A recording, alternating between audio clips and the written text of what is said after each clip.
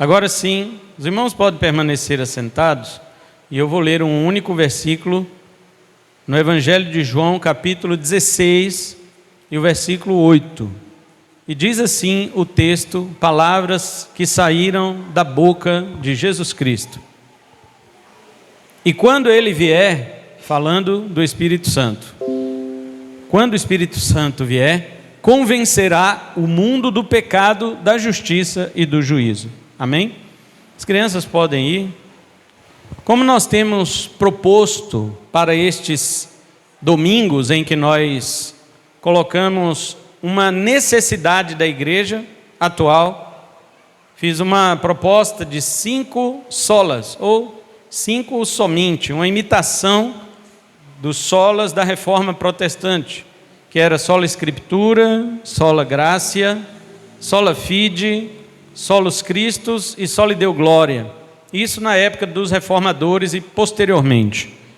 Atualmente nós sabemos que existem muitas outras necessidades para que a igreja se reforme, continue se reformando, porque os próprios reformadores deram este lema para a igreja reformada sempre se reformando.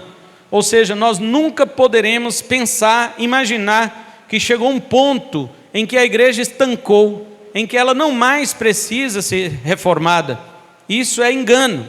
Nós não somos perfeitos, temos sim dentro de nós, os verdadeiros crentes, uma nova natureza, um novo homem, e a Bíblia diz que este é perfeito, criado segundo Deus, em toda justiça e retidão procedentes da verdade, mas nós ainda temos em nós a velha natureza que combate, diz o apóstolo Pedro, contra a nossa alma, com estes desejos, com estas cobiças que ainda atacam a nossa vida cristã. Então, quando nós falamos atualmente de alguma sugestão para continuar reformando a igreja, há muitos pontos em que a igreja precisa ser reformada.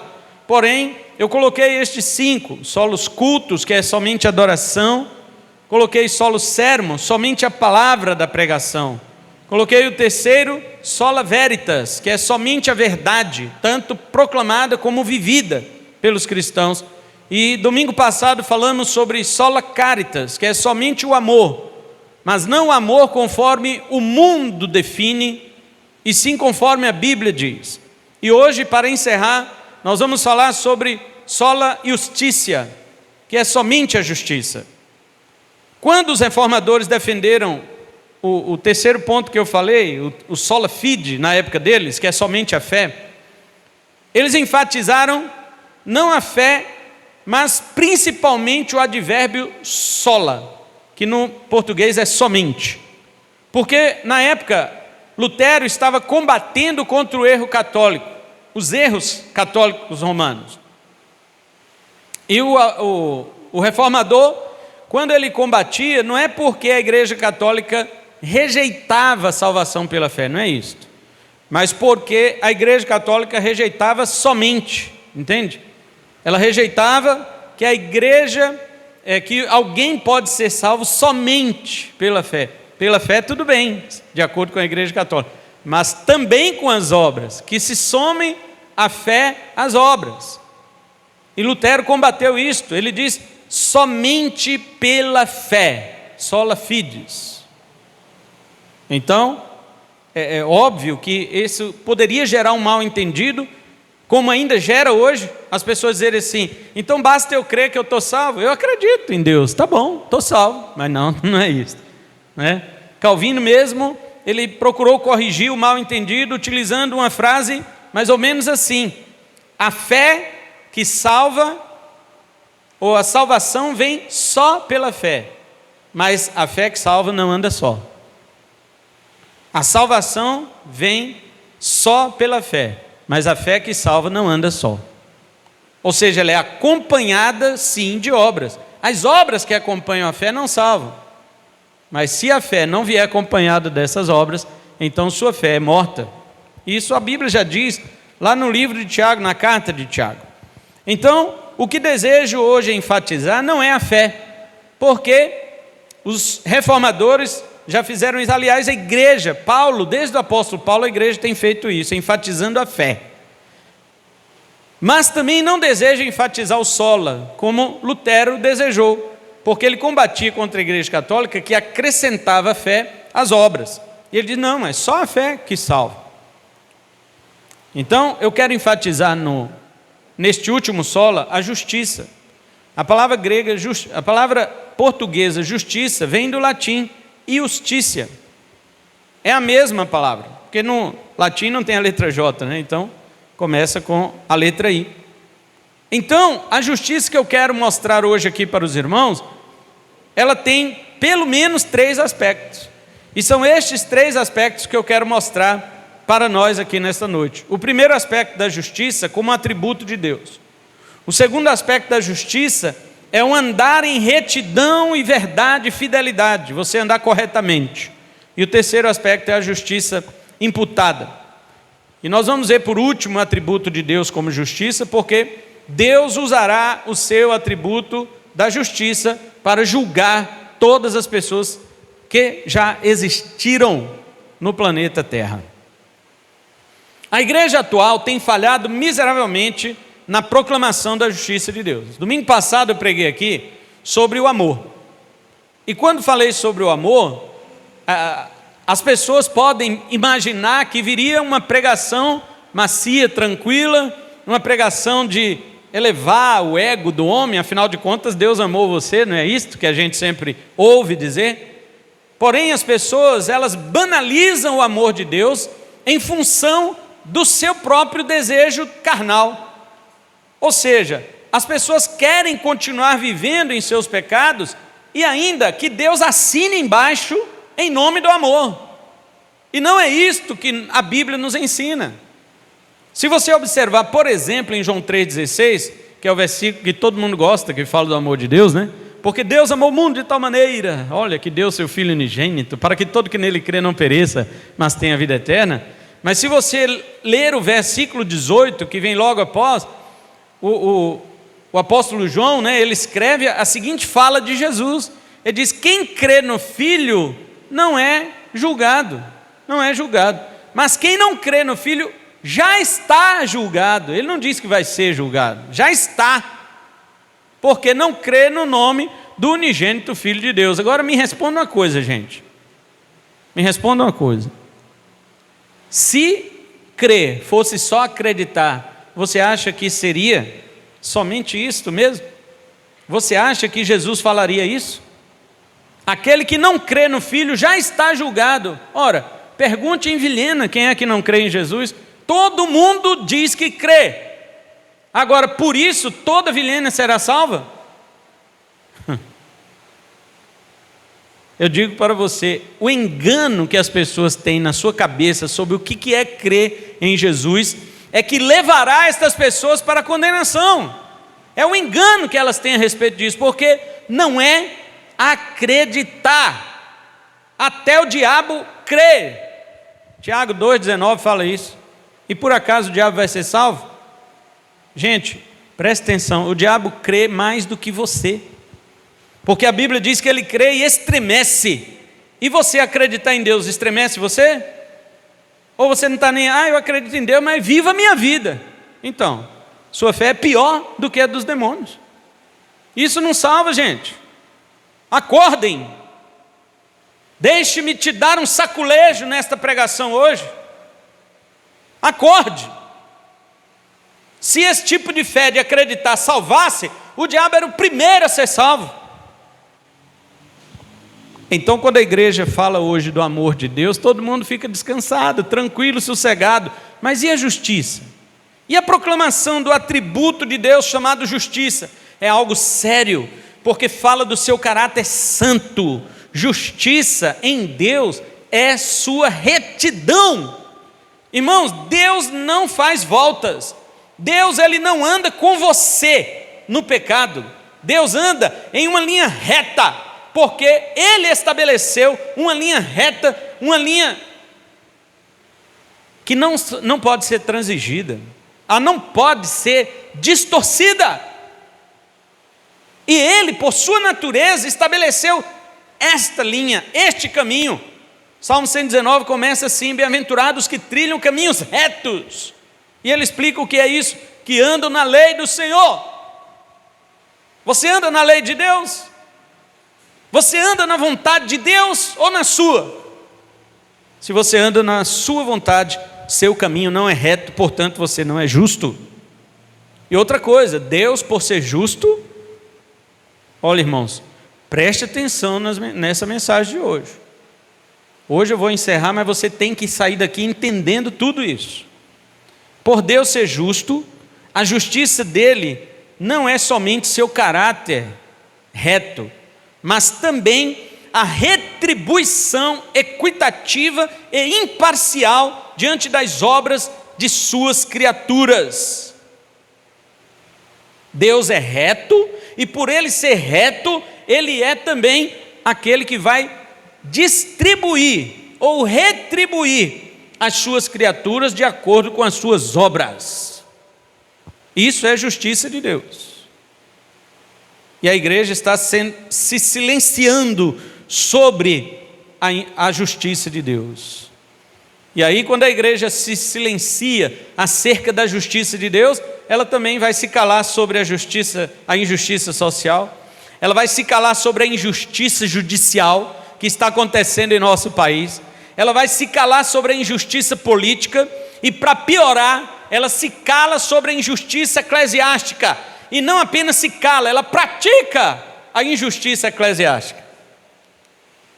Por isso tem gente que fala assim, para ser crente, nessas igrejas aí eu não vou. Mas, querido, entenda uma coisa, essas igrejas aí não é um padrão para você dizer se você vai ser crente ou não. Não é. Os profetas na antiga aliança denunciaram todo tipo de injustiça no meio do povo de Israel, desde a política até aquelas que ocorriam entre as classes mais baixas da sociedade. Vou tomar só um exemplo para você observar. O profeta Amós denunciou o seguinte: ó vós que transformais o juízo em algo amargo e lançais por terra a justiça. Amós 5:7. E ele repete isso no 6:12. A questão era muito mais do que a injustiça política que eles viviam. Ela também permeava o meio social. A injustiça andava nas pessoas, não era nos políticos somente. Eu fico vendo isso aqui no Brasil. Nós apontamos o nosso dedo e somos sérios em denunciar a injustiça política que acontece em nosso país. Mas eu quero que observemos a nossa sociedade, se ela é justa. A nossa sociedade é justa? A injustiça social, ela vem nas pequenas coisas, irmãos. Começa dentro de casa. Quando seu filho pega algo escondido e você não faz nada. Hoje a Micaela falou, eu fui beijá-la, cheguei em casa, fui beijá-la, a minha filha, e aí senti um cheiro de doce no rosto dela. Beijei as mãos, senti o cheiro de doce. Falei, você comeu doce. Aí ela falou, eu peguei e comi o chocolate do meu amigo chocolate. Aí eu falei assim, e agora você vai entregar o que para ele, né? Você comeu o que era para entregar para ele? E eu senti o cheiro, irmãos, de doce mesmo, mas não era. Ela tinha comido pão com manteiga. Só que ela avisou para a mãe dela, eu vou trollar o papai. Vou trollar. Por isso que eu vou tirar ela da escola pública. Vou trollar o papai. Ela já tinha combinado com a mãe dela que ia me trollar. E aí, eu fiquei aquele negócio, né? Aí depois eu falei com ela assim, e o doce que você comeu? A mamãe, eu não sabia de nada, né? Falei, a mamãe sabe que você comeu esse doce? Não sabe, eu peguei escondido. Ela me trollando, né? Ela falou, eu peguei escondido. Aí a mãe dela já começou a acreditar, né? Até a própria mãe foi trollada, sabendo, combinado. Chegou lá, abriu a sacola, a caixa de bombom estava intacta, não tinha aberto nem, sabe, de como vem da fábrica lá, estava intacta. Aí a mãe olhou e falou assim, mas a caixa está fechada. Eu fechei direitinho. Né? Aí Mas antes que eu percebesse que era trollagem, eu falei para ela assim: meu amor, deixa o papai te ensinar uma coisa. Tudo que tiver em casa que não for seu, você não pode pegar sem pedir autorização ao papai ou à mamãe. Combinado? Ela, combinado. Mas já com pensamento em me trollar. E depois a Joana, acreditando em tudo, abriu todas as sacolas, as caixas estavam intactas, não tinha pego nada. Mas é o que eu estou dizendo sobre os ensinos que nós fazemos desde a nossa casa, ensinando a nossos filhos que eles não podem pegar nada escondido. E isto vai se estendendo para a sociedade, porque alguém vê a carteira de alguém caindo, vai lá e pega, fala: eu posso até devolver a carteira, mas o que tem dentro eu vou ficar para mim. E depois reclama do político que está lá fazendo isso com mais dinheiro. A diferença foi só a quantidade, mas o pecado foi o mesmo. E isto vai se espalhando pela sociedade, porque os nossos políticos, eles saem de onde? Eles vêm de Marte? Não, os nossos políticos vêm da nossa sociedade. Eles dizem para você: vote em mim porque eu sou honesto. E quando chega lá, ele não pode fazer nada contra a injustiça e contra a desonestidade, a não ser que ele seja caçado pelos demais e nunca mais ele volte para lá, para aquele ambiente sujo, degradante. Veja o que diz no versículo 10 o profeta. Ele fala assim: os israelitas odeiam o que os repreende e odeiam o que fala a verdade. Amós 5:10. O povo odiava o profeta que lhes falava a verdade.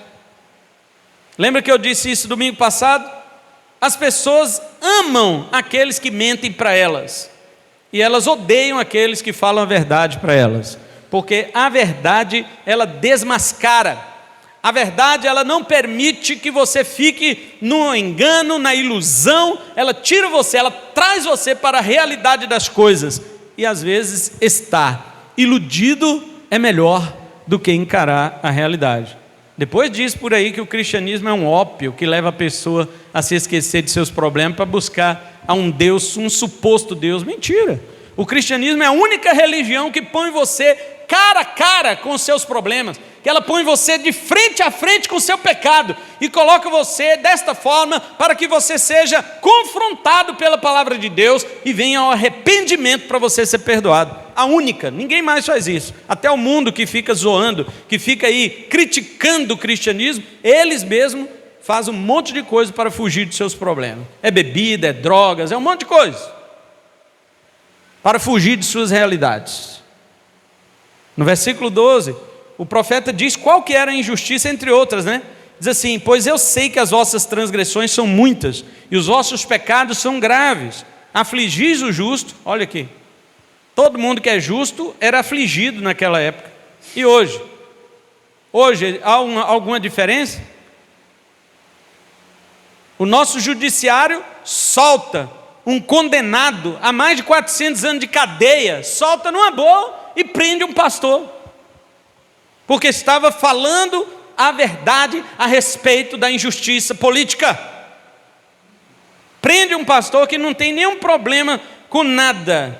O cara é íntegro na igreja, é íntegro em tudo, mas entrou para falar mal, para falar a verdade, né? Nem é mal, para falar a verdade contra esse ativismo judiciário que tem no nosso país. Vai preso. E libera um que é ex-governador do Rio de Janeiro, condenado com todas as provas a mais de 400 anos de prisão por todos aqueles crimes que vocês já sabem. Aí solta ele.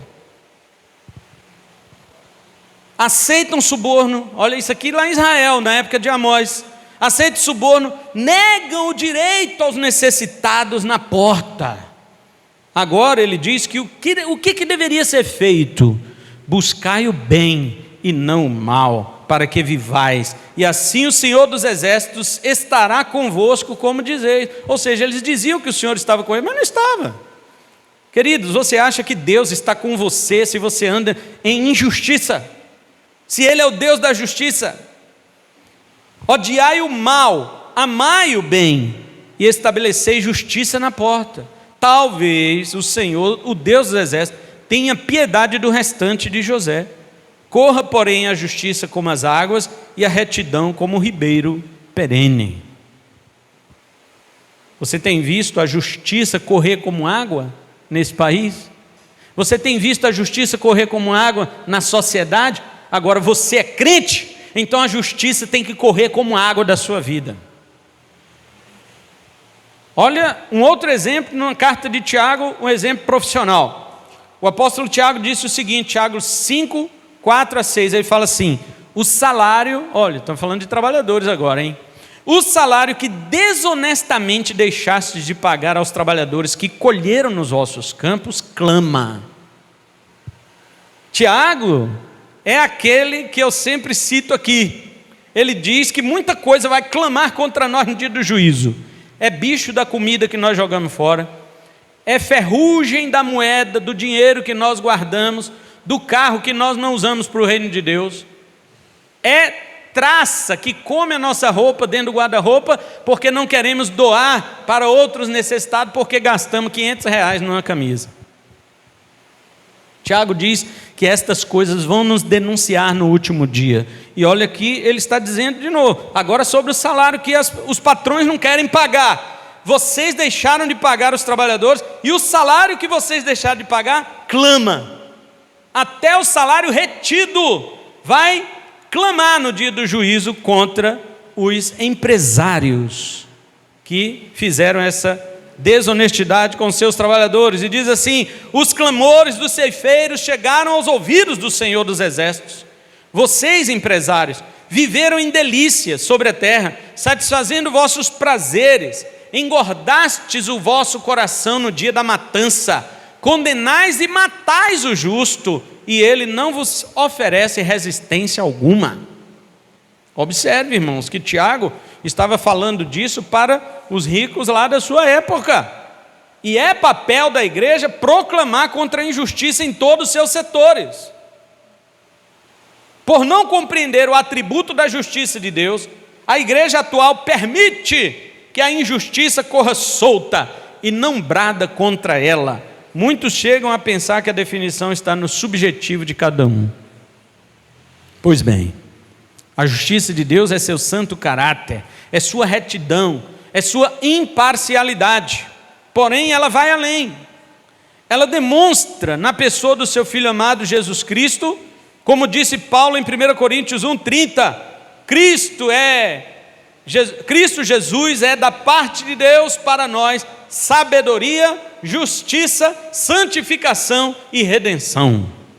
Jesus é a justiça de Deus. Por que Jesus é a justiça de Deus?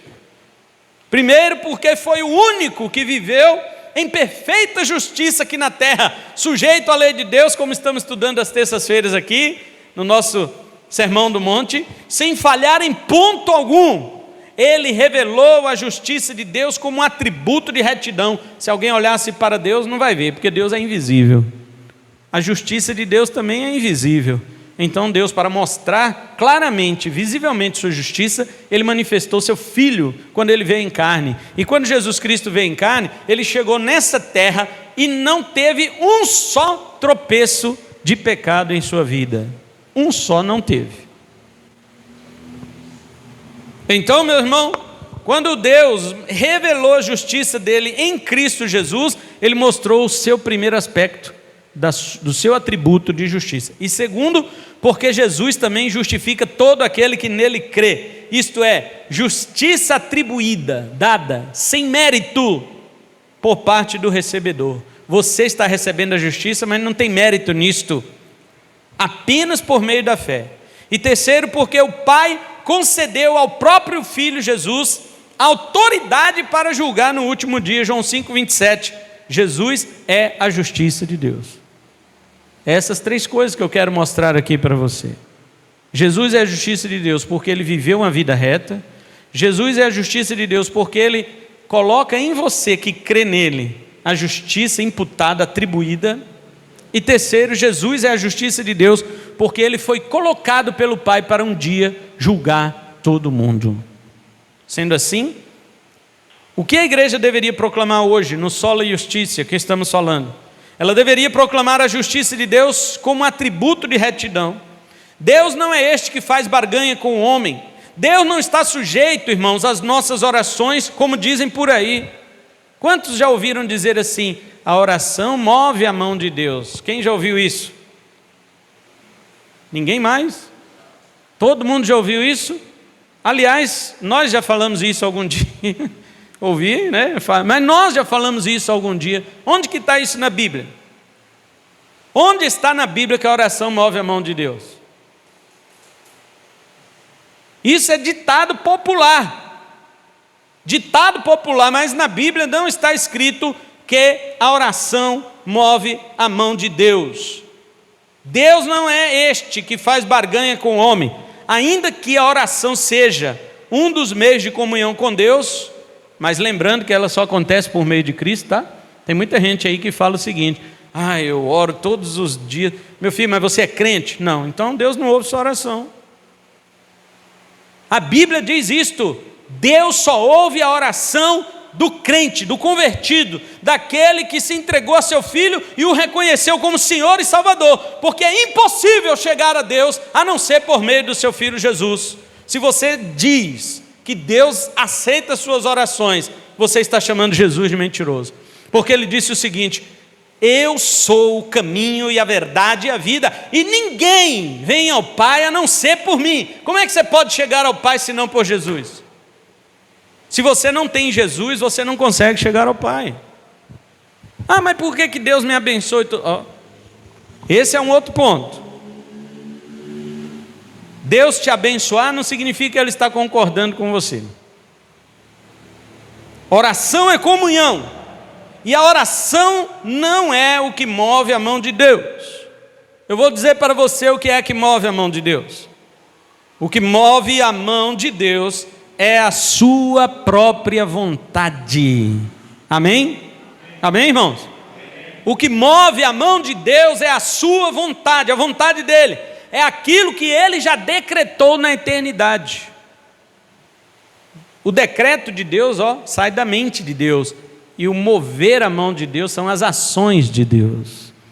Todas as ações de Deus na história da humanidade são movimentos da mão de Deus que Ele já tinha determinado na eternidade em sua mente graciosa e sábia.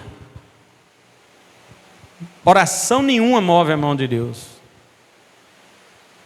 Aí alguém pode dizer, então não vou mais orar. Então você concorda que você quer manipular Deus? Agora que eu disse que você não pode manipular, você quer parar de orar? Eu não vou mais orar. Então você concorda que você queria manipular Deus? Então você concorda que você acha que a sua oração realmente movia a mão de Deus? Hoje eu destruo este castelinho de areia seu que você acha que move a mão de Deus pela oração. Eu jogo ele por terra agora em nome de Jesus. Sua oração não move a mão de Deus, nem a minha. O que move a mão de Deus são seus decretos eternos, o seu próprio conselho eterno, a sua vontade estabelecida na eternidade quando nenhum de nós existia. Deus não pede conselho para ninguém. Ele faz o que Ele quer. Agora como que eu vou? Está vendo que você estava orando errado a vida inteira então? Se agora você está assustado e diz assim, como que eu vou orar então? Então você já confessa que estava orando errado e querendo manipular Deus. Tem pastor que prega, sabe o quê? Irmãos, orem, pessoal, orem e determine, mas nunca fale no final da sua oração, amém, Jesus? Nunca fale no final da sua oração assim, se for da vontade de Deus. Porque quando você fala, se for da vontade de Deus, você já deu legalidade para o diabo destruir sua oração. Olha que miséria de ensino, olha que corrupção de ensino. Jesus na oração do Pai Nosso, Ele disse o quê? Seja feita a tua vontade, assim na terra como no céu. A oração do crente, ela só pode ser ouvida se estiver de acordo com a vontade de Deus. 1 de João 5,14. E nós temos nele esta confiança, que se orarmos segundo a sua vontade, Ele nos ouve. E agora? Os manipuladores de Deus inconscientes. Eu não sabia que eu manipulava. Pois é, você era inconsciente, mas ainda era egoísta. Hoje, ou você se arrepende do seu egoísmo inconsciente, ou você se torna um egoísta consciente, o que é pior.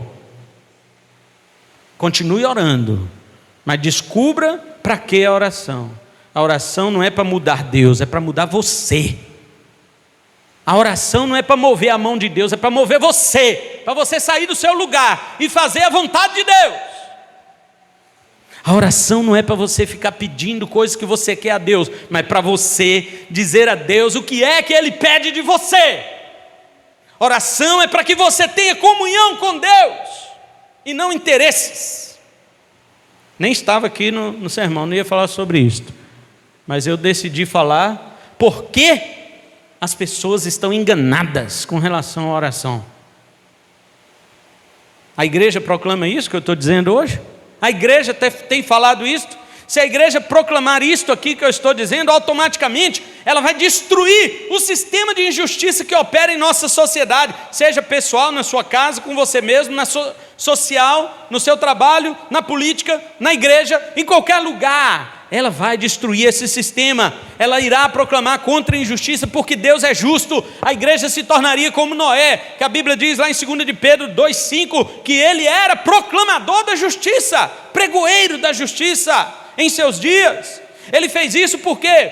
Porque Deus mostrou para ele a sua justiça, e também porque Noé era justo diante de um povo injusto. Noé sabia discernir essas coisas. A igreja de hoje parece não saber. Para a igreja de hoje, qualquer um é justo.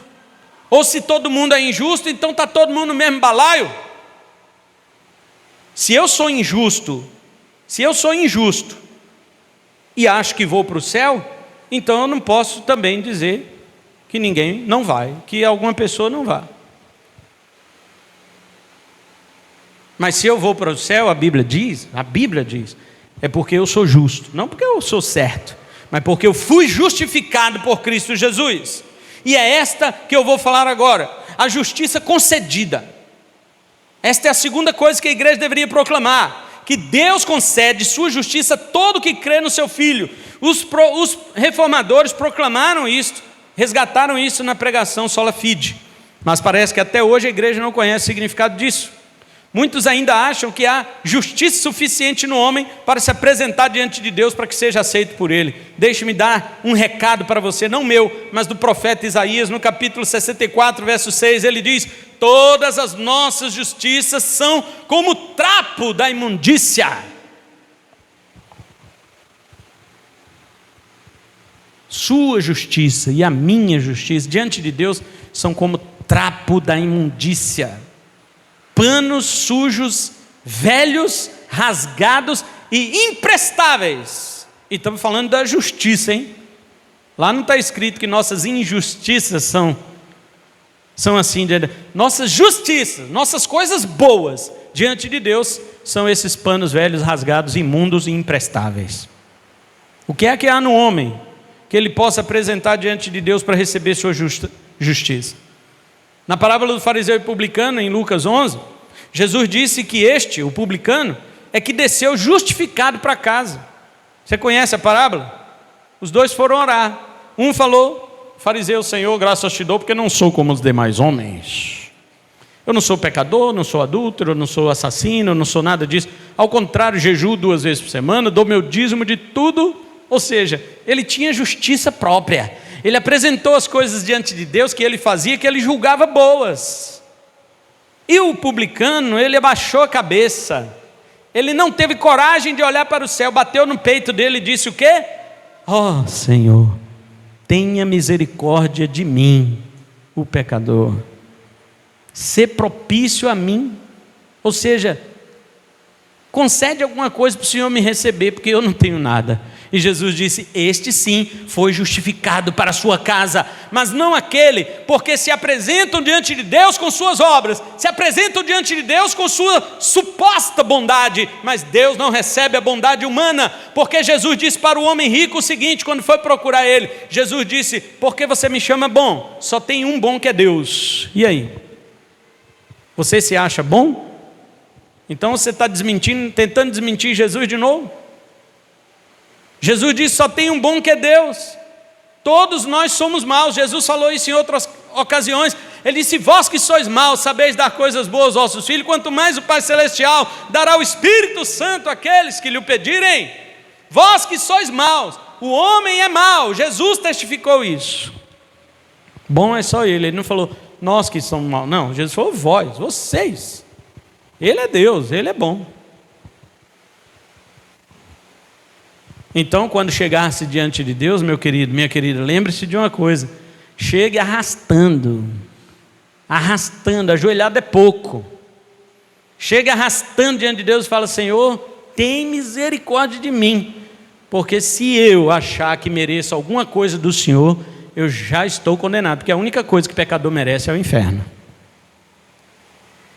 Muitas igrejas hoje estão fazendo como aquele fariseu, pensando que pode apresentar alguma coisa diante de Deus que convença Deus de que aquela igreja ou aquelas pessoas são dignas de algum favor divino. Tem pastor que fala que se você trouxer uma oferta financeira bem sacrificial, ou seja, aquela que você não pode dar, você será aceito diante de Deus, terá grande honra em te receber. Oh, meu irmão, a Bíblia diz que a justiça imputada, que é essa que eu estou falando, aquela que Cristo atribui a você, ela só vem por meio da fé. E por que ela vem por meio da fé? Porque ela vem de Deus, é um presente. E a fé aqui não é uma virtude humana na qual consegue erguer a mão e receber a justiça de Deus. Não, a palavra do Senhor diz: bem-aventurados os pobres de espírito. A palavra pobre no grego, pitoco. Lá na Bahia a gente fala pitoco e gente pequena, né? Pitoco é uma palavra grega que significa pobre, miserável, mendigo, ao extremo arrebentado, que nem a mão ele consegue erguer para receber uma moeda de favor. É isso que significa. Por isso que eu falei que ajoelhado ainda é muito. Ajoelhado diante de Deus ainda estamos arrogantes. Tem que ser rastejando. Tem que chegar a Cristo rastejando diante de Deus e falar assim: Senhor, nada tenho em minha mão. Isso é fé. Fé é uma inteira e completa submissão, um reconhecimento que nos deixe cabisbaixo diante de tamanha graça que nos foi concedida em Cristo Jesus. Fé é o contrário de obras. Fé é aquilo que exalta o que Jesus faz e condena o que você faz. Isso é fé. Em outras palavras, enquanto você achar que a sua fé é uma contraparte na sua salvação, como diz os arminianos por aí, isso não é fé, e sim mérito. Fé não é contraparte. Os arminianos ensinam isso. Mentira. Irmão, Deus está te oferecendo a salvação, mas você é responsável. Ela só pode chegar a você se você receber por meio da fé. E que miséria de homem tem fé nesse mundo? Me fala. Que miséria de homem tem fé nesse mundo? Qual? A fé é um dom de Deus, e Ele dá somente para aqueles que Ele quer ressuscitar do seu túmulo espiritual. Você sem Cristo está morto, soterrado nas trevas espirituais. E se Deus quiser, Ele te chama lá das suas trevas, Ele te chama das prisões, do seu cemitério. E você que estava antes morto, ao ouvir a voz poderosa do Filho de Deus, então você ressuscita, você se levanta espiritualmente e diz: aqui estou, Senhor, eu realmente nada tenho, porque de onde eu vim, nada tinha para te oferecer. Eu vim do cemitério, e no cemitério só tem carne podre. Enquanto você achar que tem alguma coisa para oferecer para Deus, você ainda não se humilhou. Deus não aceita nada disso, esse tipo de fé não lhe agrada. A fé é uma recepção humilde e vazia de si, e não uma parceria com Deus. Fé é dizer: nada tenho, dependo unicamente de ti, e não dizer: eis-me aqui, eis minha fé, Senhor, recebe, eu receberei agora a tua justiça. Ora, quem é você para dar alguma coisa para Deus? Alguma coisa, quem é você? Fé é dependência de Deus, e não uma oferta para Deus. Deus não quer a tua fé. A tua não. A fé que Deus quer é a dele, que Ele vai te dar. Aí quando Ele te der e você crê nele, Ele aceita. A sua Ele não aceita. Último lugar, a igreja também deve proclamar a justiça vindoura de Deus. Qual que é essa? O juízo final. A prova de que Jesus julgará o mundo é que Deus ressuscitou dos mortos. Atos 17, 31. O apóstolo Paulo pregou para os gregos, lá em Atenas, na capital. E os gregos estavam lá, não, vamos ouvir esse cara melhor. Levaram para o Areópago. E chegaram no Areópago, Paulo disse isso para eles. Deus julgará o mundo. E a prova que Deus vai julgar o mundo é que Ele ressuscitou o filho dele. E os homens já, não, Paulo, para, não vamos te ouvir mais não. Juízo final dá medo, não dá? Juízo final dá medo, mas dá medo naquele que não recebeu o amor de Deus, dá medo naquele que não recebeu a justiça de Deus, dá medo naquele que quer apresentar a sua própria justiça diante de Deus. Porque o apóstolo João, ele diz na sua carta, na primeira carta, ele diz que o amor perfeito lança fora o medo, para que no dia do juízo tenhamos confiança. Se você foi alcançado pelo amor de Deus, tenha confiança que no dia do juízo você não será condenado. Isso é uma promessa de Jesus. João capítulo 5, verso 24, ele diz: na verdade eu vos digo que todo aquele que ouve a minha palavra e crê naquele que me enviou tem a vida eterna, não entrará em juízo, mas passou da morte para a vida. Você recebeu a palavra de Jesus? Você creu naquele que o enviou? Então você tem a vida eterna, não tenha medo do dia do juízo. Agora você não recebeu a palavra de Jesus? Não. Você não creu naquele que o enviou? Não. Então fique com medo. Fique com medo, porque o dia do juízo é um dia irrevogável, ou seja, ele não volta atrás. Deus não é que nem esse juiz que soltou Sérgio Cabral, não. 420 anos é muito tempo para condenar um sujeito, vamos liberar ele. Deus condenará você para sempre e nunca terá dó, nunca.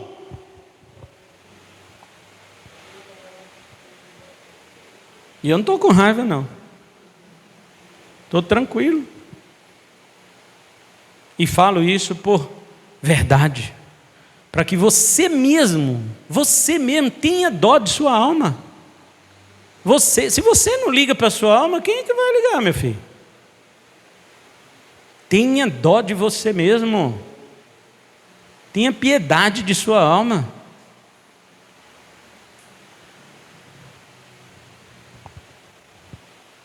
Jesus disse o seguinte: o Pai a ninguém julga.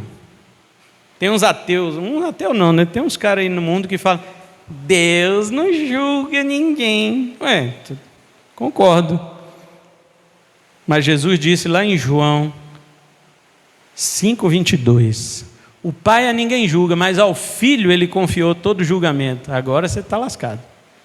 O Pai não julga, mas ao Filho Ele deu condição de te julgar. E aí? Agora, só quem crê nele está livre desse julgamento. E essa proclamação da justiça futura deve estar associada com as duas anteriores. Primeiro, por que Deus julgará o mundo? Porque Ele é justo e reto, Deuteronômio 32:4. Segundo, se você já foi justificado por Cristo por meio da fé, não entrará em juízo, João 5:24. Porque na cruz Jesus pagou pelos seus pecados, Mateus 1:21 e Colossenses 2:14. O dia do juízo final virá por quê? Porque Deus colocará em ordem todas as coisas de acordo com o seu padrão de retidão e santidade. A justiça virá por quê? Porque o pecado desigualou e corrompeu na criação de Deus tudo o que se deveria conhecer como justiça. Assim Deus colocará novamente todas as coisas em balanças justas e fiéis. Jesus já tinha avisado em João 5:30, não posso fazer alguma coisa por mim mesmo, conforme ouço, assim eu julgo, e o meu julgamento é justo, porque não procuro a minha vontade, mas a vontade daquele que me enviou. Deixe-me explicar isso para você. Quando Jesus diz aqui que não pode fazer alguma coisa por si mesmo, Ele não está dizendo que não pode fazer nada de sua própria vontade, mas que a vontade dele e a do Pai não entram em divergência, são a mesma vontade. Quando ele diz que julga conforme ele ouve, ele está dizendo que aquilo que ele ouviu é a voz do Pai, não é você. Jesus não vai julgar você por aquilo que ele ouve de você, não. Ele vai julgar você por aquilo que ele ouviu do Pai desde a eternidade. E desde a eternidade ele tem ouvido do Pai todas as coisas corretas, todas as coisas justas, conforme a justiça do próprio Deus. E quando ele diz, eu não busco a minha própria vontade, sim do que me enviou, ele está dizendo que não existe nada contraditório entre a vontade dele como Deus Filho e a vontade do Pai dele como Deus Pai. Ambas as vontades são idênticas. Isso nos mostra que Jesus julgará o mundo conforme a vontade do seu Pai. E a igreja não está proclamando sola justiça. A igreja não está falando sobre isto. O julgamento será conforme a voz de Deus, isto é, a palavra. E se alguém disser no dia do juízo, Deus, eu não conheci tua palavra, aí Deus vai usar outra voz. Tá bom, realmente Deus conhece, Deus sabe. Ele vai dizer, realmente você não ouviu minha palavra. Mas não é só a minha palavra que é a minha voz, não. Eu vou te mostrar aqui uma outra voz, que essa aqui você não pode escapar. No Salmo de número 19. Olha o que está escrito: os céus proclamam a glória de Deus, e o firmamento anuncia a obra das suas mãos. Você já viu o céu alguma vez? Então você já ouviu a voz de Deus. Você já olhou para o firmamento alguma vez? Então Deus já falou com você. Não interessa. Ah, mas eu não ouvi voz nenhuma. Tá, vou continuar lendo então. Um dia declara isso a outro dia, e uma noite revela conhecimento a outra noite. Agora olha o verso 3. Sem discurso, sem palavras, não se ouve a sua voz. Então sua desculpa acabou. Ah, eu olhei para o céu, mas nunca ouvi nada. Mas é assim mesmo, está escrito. Sem discurso e sem palavras, não se ouve a sua voz. Agora o 4, mas a sua voz se faz ouvir por toda a terra, e as suas palavras até os confins do mundo. A natureza fala em silêncio e dentro da sua consciência. E você sabe dentro da sua consciência que existe um Criador, e você não deu glórias para Ele. Ah, eu dei sim, pastor. Teve um dia que eu até falei glória a Deus. Eu escrevi no meu Face, glória a Deus. Eu dei glória a Deus. Não. A Bíblia diz que dar glória a Deus é viver segundo sua vontade. Viver, não só falar, viver.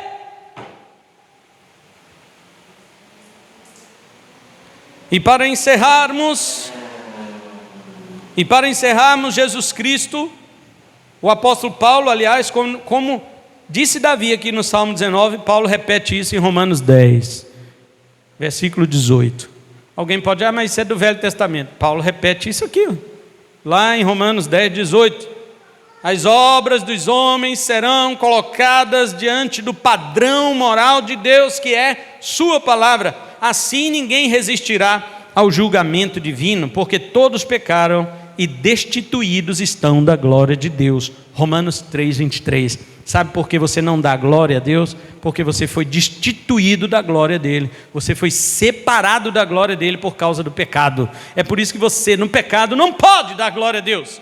Ainda que você escreva no Face, glória a Deus. Ainda que você fale na sua boca, glória a Deus, você está separado da glória de Deus, destituído dela, deposto dela, afastado, carente, necessitado dela. Portanto, você não pode dar glória a Deus.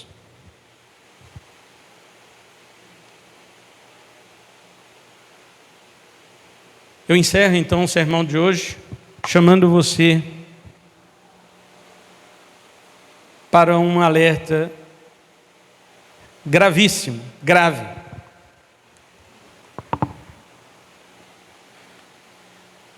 Essa igreja aqui não brinca na pregação, não.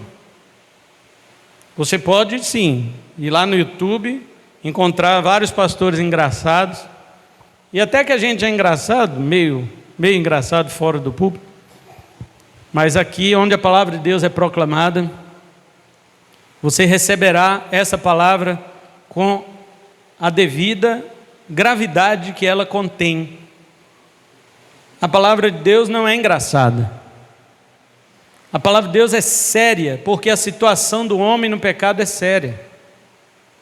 Como pode existir pastores que fazem piadas nos púlpitos, enquanto vidas estão perecendo, estão escorregando para a condenação, enquanto eles divertem essas pessoas?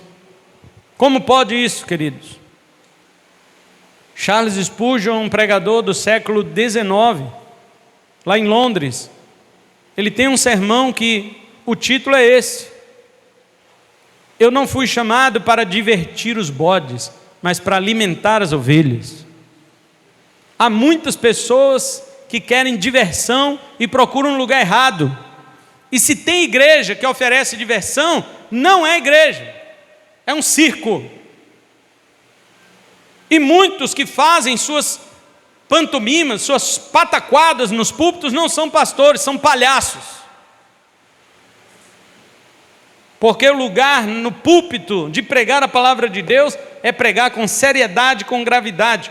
E hoje o que você ouviu sobre a justiça de Deus, eu te relembro que ela tem 3 aspectos. Primeiro, é um atributo de Deus, que Ele é santo, justo e reto.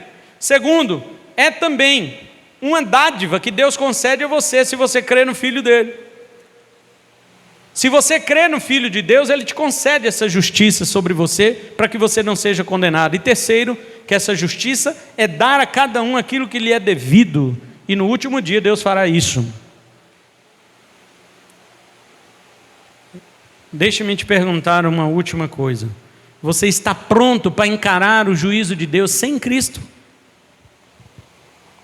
Porque sem Ele, você tem que apresentar as coisas boas que você fez diante de Deus, e a Bíblia já diz que elas não passam de pano podre, sujo e fedorento. Qualquer coisa boa, pensa na coisa melhor que você fez em sua vida. A melhor coisa, para Deus, não passa de pano podre, sujo, fétido. É o que a Bíblia diz. Eu digo então hoje para você, este é meu apelo para você, e eu apelo com o coração ardendo que você venha para Cristo, porque o apelo que eu faço é o seguinte: jogue fora seus panos sujos e velhos. Jogue fora tudo que você até hoje confiou, que você depositou essa confiança, lance fora, jogue fora. Venha para Cristo e diga para Ele: Senhor, eu não posso apresentar nada do que eu fiz de bom para o Senhor, porque o Senhor não vai aceitar. Eu quero apenas que o Senhor tenha misericórdia de mim. E hoje, Senhor, eu me entrego a Teu Filho. Hoje, Senhor, eu me dedico a Teu Filho. Hoje eu me entrego, eu creio no Teu Filho. Eu coloco Ele como Senhor da minha vida, como aquele que me governa, aquele que manda e eu faço. Venha para Cristo assim. Venha hoje para Cristo assim, que é só desta maneira que o Pai vai te receber. Fora disso, você está agarrado a panos podres. O dia chegará. Jesus vai demorar a voltar. Não sei, pode até ser. Para nós pode demorar, para Ele não. Mas para nós pode demorar. Agora, e se você morrer, meu filho? Quando você morrer, o destino ficou selado, porque a Bíblia diz que ao homem, Hebreus 9, 27, está ordenado morrer uma vez, e depois disso segue-se o juízo. O juízo. O que é o juízo? É isso que eu estou falando, irmãos. O juízo é Deus aplicar a justa retribuição para você, de acordo com suas obras. E a palavra de Deus diz que pelas obras nenhuma carne se salvará diante de Deus. E agora? Você depende de Cristo. Você entendeu isto? Você depende de Cristo. Você entendeu?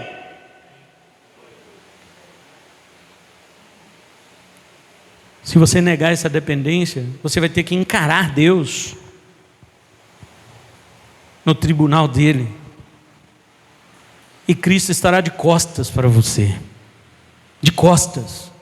O pai vai olhar para o filho e dizer: conhece a este? Eu não, nunca. Jesus vai dizer: nunca o conheci, nunca. E então a palavra final: apartai-vos de mim, vós que praticais a iniquidade. Que Deus tenha piedade da sua alma, e que Deus tenha misericórdia da igreja, que não tem avisado isto para as pessoas. Isso não é amedrontamento nem ameaça, viu, irmãos? Isso é uma proclamação da verdade que ninguém quer falar porque dói no ouvido das pessoas. E já são 4 domingos que eu tenho falado sobre os 5 solas. Hoje é o 5º e encerrou. Domingo que vem é Natal. Vou falar de Natal. Fica tranquilo, vai ser boa pregação, macia, bonitinha na manjedoura, né? Luzinha, estrelinha. Mas hoje não. Hoje não. Converta-se a Cristo, venha a Ele imediatamente. Que Deus nos abençoe em Cristo Jesus. Vamos orar.